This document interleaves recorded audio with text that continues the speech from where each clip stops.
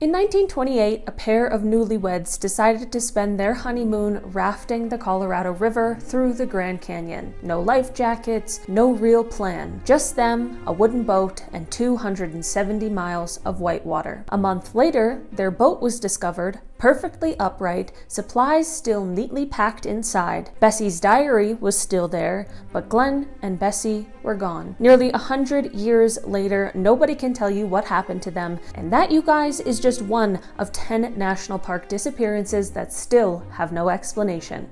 Let's get into it. Okay, hear me out. We are starting off with one that's a little different, but it's tied to our national parks, and it is genuinely one of the greatest unsolved mysteries of the last century. December 5th, 1945, 5 Navy Avenger torpedo bombers took off from Fort Lauderdale on a routine 2-hour training flight. 14 crew members total. About an hour in, the flight leader radioed back. They were lost. Compasses weren't working. They couldn't tell which direction was land. Communications got more and more frantic, and then silence. A rescue plane with 13 men aboard was dispatched immediately.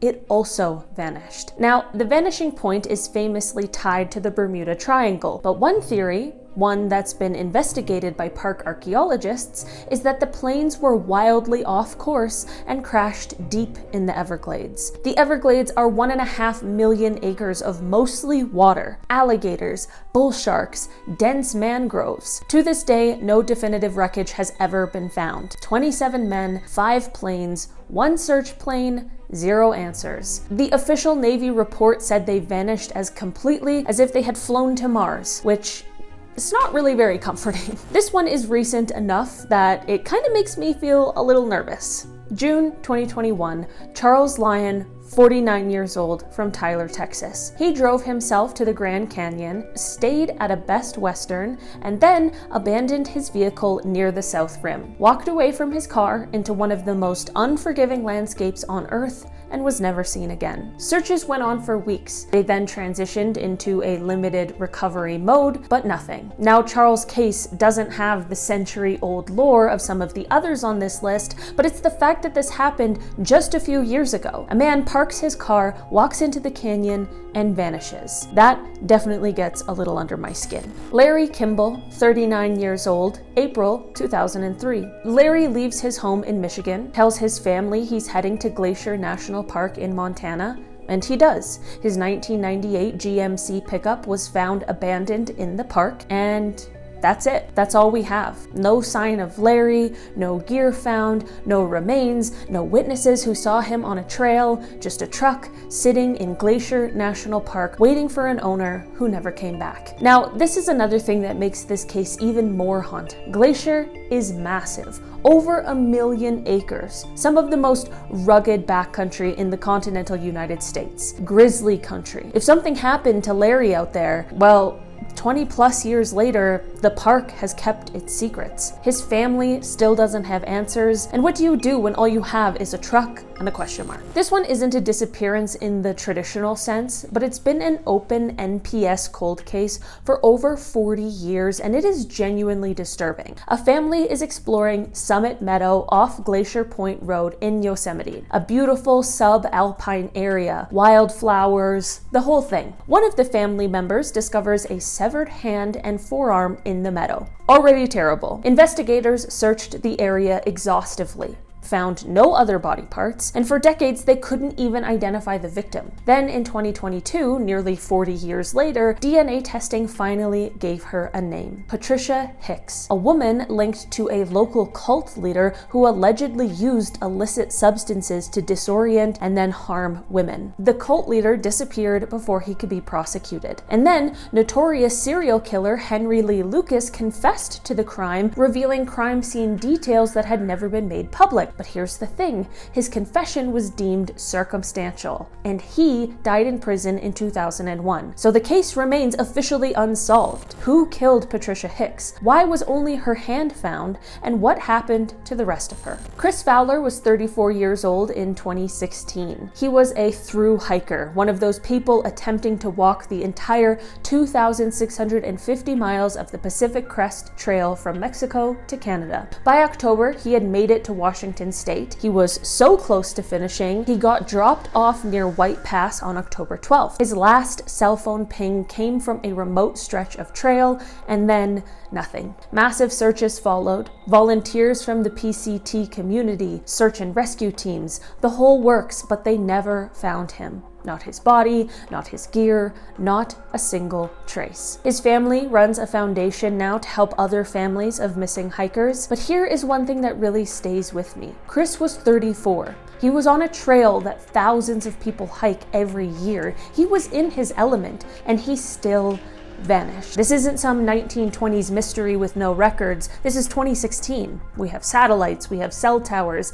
and a man walking a well-traveled trail just disappeared. Michael Ficery, 51 years old, an experienced backpacker. This is June 2005. He set out alone to hike near the Hetch Hetchy Reservoir in Yosemite, which, if you haven't seen it, it is this stunning, lesser visited corner of the park. Think granite peaks, deep valleys, just absolutely gorgeous, as it seems like all of Yosemite is. He planned to hike through the Tiltil Valley area. Michael never came out. Michael was not a novice. He was an experienced hiker and backpacker who knew what he was doing. The National Park Service lists his case as one of their active cold cases. The Charlie Project still has his file open. The prevailing theory is that he became lost or injured somewhere in that backcountry, but after 20 years, there's no body, no gear, no answers. Hetch Hetchy is rugged, don't get me wrong, but it's not the surface of the moon. Searches were comprehensive, and yet a 51-year-old man who knew those trails simply never came home.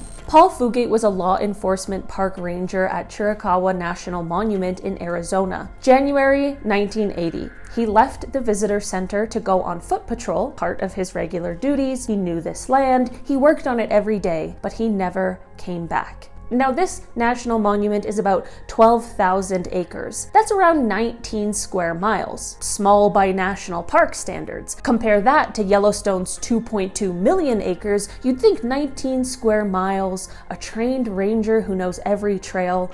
How do you not find him? They never did. No clothing, no equipment, no remains. For over 44 years, the case has been open and unsolved. And I just want to sit with that for a second. A park ranger, someone whose job was to know this land, to patrol it, to keep others safe, walked into 19 square miles of desert and rock formations and disappeared. If it can happen to the person whose job is to prevent it from happening, what does that say about the rest of us? I have to say, this one bothers me a lot because of how simple and how fast it happened. September 25th, 1981, Polly Melton, 58 years old, was hiking with two female friends on Deep Creek Trail in Great Smoky Mountains National Park. Beautiful trail, well marked, nothing extreme. At some point, Polly walked ahead of her friends. She told them she'd wait for them at the next trail junction. Totally normal. You've done this, I've done this. Well, I haven't, but you walk ahead for a minute, you wait. Her friends came around the bend. Polly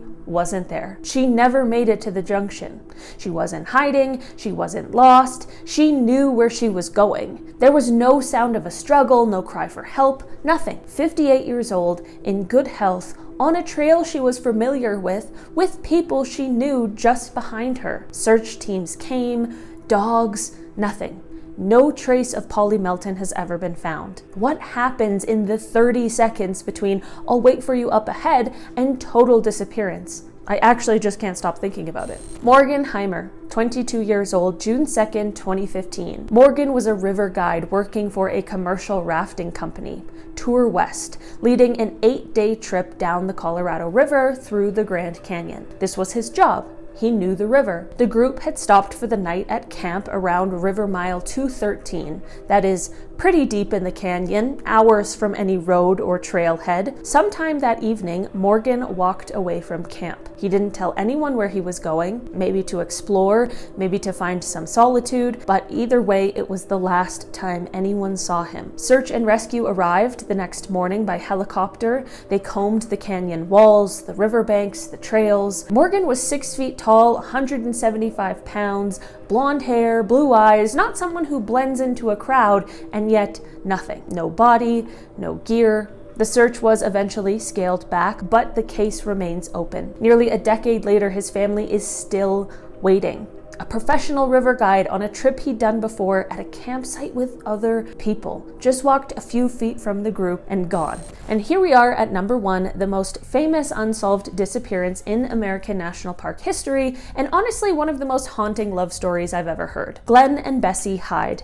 Newlyweds, 1928. They decided to spend their honeymoon rafting the entire length of the Colorado River through the Grand Canyon in a wooden boat that Glen built himself. No life jackets, no real safety plan. Bessie wanted to be the first documented woman to complete the journey. They were last seen on November 18th by Emery Kolb, a famous Grand Canyon photographer and river runner. He actually took a photo of them, the last known image of Glen and Bessie alive. Kolb noted that Bessie seemed hesitant about continuing. They didn't even have life jackets. A month later, on December 19th, their boat was found. It was upright, perfectly intact. All their supplies were still packed inside. Bessie's diary was there. Her last entry talked about the rapids ahead, but Glen and Bessie themselves gone. No bodies were ever found, and over the decades since, the story has gotten even stranger. In 1971, a woman named Elizabeth Cutler came forward claiming to be Bessie Hyde. She said she stabbed Glen during a fight and had been living a different life. Then she later recanted. Then, after legendary river runner Georgie Clark died in 1992, the Hyde's marriage license and birth certificate for Bessie DeRoss were found among her belongings. Was Georgie Clark actually Bessie Hyde? Some historians have discounted it, others aren't so sure, but nearly 100 years. The boat was fine,